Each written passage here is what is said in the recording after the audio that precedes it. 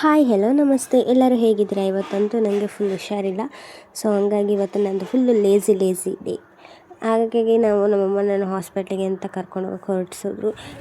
ನಾನು ಮತ್ತು ನಮ್ಮಮ್ಮ ಹಾಸ್ಪಿಟ್ಲಿಗೆ ಹೋಗಿ ಬರ್ತಾಯಿದ್ವಾ, ನಮ್ಮ ಅಜ್ಜಿ ಮನೆಗೆ ಬಂದ್ವಿ. ಹಂಗೆ ಇವ್ರು ನೋಡಿದ್ರೆ ನಮ್ಮ ಬೆಕ್ಕು ಅಮ್ಮು ಅಂತ ಬಂದ್ಬಿಟ್ಟು ಮಡಿ ಮೇಲೆ ಕುತ್ಕೊಂಡು ಮುದ್ದು ಮಾಡ್ತಾ ಇದೆ.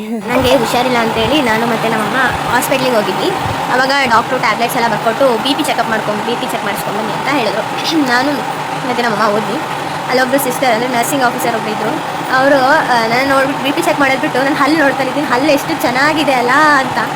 ಈ ಒಂದು ಅದ್ಭುತವಾದ ಕ್ಷಣಕ್ಕೆ ಭಾರತವೇ ಸಾಕ್ಷಿಯಾಗಿದೆ. ಅವರು ಬಿ ಪಿ ಚೆಕ್ ಮಾಡ್ತಾನೆ ಇಲ್ಲ. ಆಮೇಲೆ ಲಾಸ್ಟಿಗೆ ಚೆಕ್ ಎಲ್ಲ ಮಾಡಿ ಬಂದಮೇಲೆ ಒಂದ್ಸಲ ನಗಾಡು ನೀನು ಹಲ್ಲನ್ನು ನೋಡ್ತೀನಿ ಅಂತ ಹೇಳ್ತಿದ್ದಾರೆ. ನನಗೆ ಖುಷಿ ಆಯಿತು ಗೊತ್ತಾ. ಬಟ್ ಅನ್ಫಾರ್ಚುನೇಟ್ಲಿ ಅವ್ರು ವೀಡಿಯೋ ತೆಗಿಯೋಕ್ಕಾಗಿಲ್ಲ, ಯಾಕಂದರೆ ಅವರು ಯೂನಿಫಾರ್ಮಲ್ಲಿ ಇದ್ದಲ್ವಾ. ಸೊ ಹಾಗಾಗಿ ನಾನು ತೆಗೆದಿಲ್ಲ. ಹಾಸ್ಪಿಟ್ಲಲ್ಲೆಲ್ಲ ನಾನು ತೆಗಿಬಾರ್ದು ಅಂತ. It's okay. ಬಟ್ ನನ್ನ ಹಲ್ ಬಗ್ಗೆ ಯಾರಾದರೂ ಕಾಂಪ್ಲಿಮೆಂಟ್ ಮಾಡಿದ್ರೆ I feel very happy. Because ಎಲ್ಲರೂ ಹೇಳ್ತಾರೆ ಇದು ರಾಕ್ಷಸರ ಥರ ಇರುತ್ತಂತೆ ಹಲ್ಲು. ಸೊ ತುಂಬ ಖುಷಿ ಆಯಿತು. ನಮ್ಮಮ್ಮ ನೋಡಿ ನನ್ನ ತಲೆ ಮೇಲೆ ಕೈ ಇಟ್ಟರೆ ಅಂತೂ ಮ್ಯಾಜಿಕ್ ಆಗಿಬಿಡುತ್ತೆ ಯಾವಾಗಲೂ ನನಗೆ. ಅದಾದಮೇಲೆ ನಾನು ಮತ್ತು ನಮ್ಮಮ್ಮ ಅಜ್ಜಿ ಮನೆಗೆ ಅಂತ ಹೊರಟ್ವಿ. ನೋಡಿ ಅಜ್ಜಿ ಫುಲ್ಲು ಸೀರಿಯಲ್ ಒಳಗೆ ಮುಳುಗೋಗಿದ್ದಾರೆ. ಒಬ್ಬ ಇನ್ನೇನು ಟಿ ವಿ ಒಳಗೆ ಹೋಗೋದೊಂದು ಬಾಕಿ. ನಮ್ಮಮ್ಮ ನೋಡಿ ಪಾಪ ಕುತ್ಕೊಂಡು ಕಾಯ್ತಿದ್ದಾರೆ ನಮ್ಮ ಅಜ್ಜಿ ಬರ್ತಾರೆ ಈಗ ಮಾತಾಡೋಕ್ಕೆ ಅಂತ. ಇವ್ರು ನೋಡಿ ನಮ್ಮ ಅಭಿ ಅಣ್ಣ, ಅವನು ಕಾಲಿಗೆ ಪೆಟ್ಟು ಮಾಡ್ಕೊಂಡಿದ್ದಾನೆ, ವೀಡಿಯೋ ತೆಗಿತೀನಿ ಅಂತ ಮುಖ ಮುಚ್ಕೊಂಡ್ಬಿಟ್ಟ. ನಾನು ಮತ್ತು ನಮ್ಮಮ್ಮ ಮಲ್ಗೋಕ್ಕೆ ಅಂತ ರೆಡಿಯಾಗಿದ್ವಿ. ಇನ್ನೊಂದು ಅಬ್ಸರ್ವ್ ಮಾಡಿದ್ರೆ ನಾನು ಮೂಗು ಬಟನ್ನ ತೆಗೆದೆ.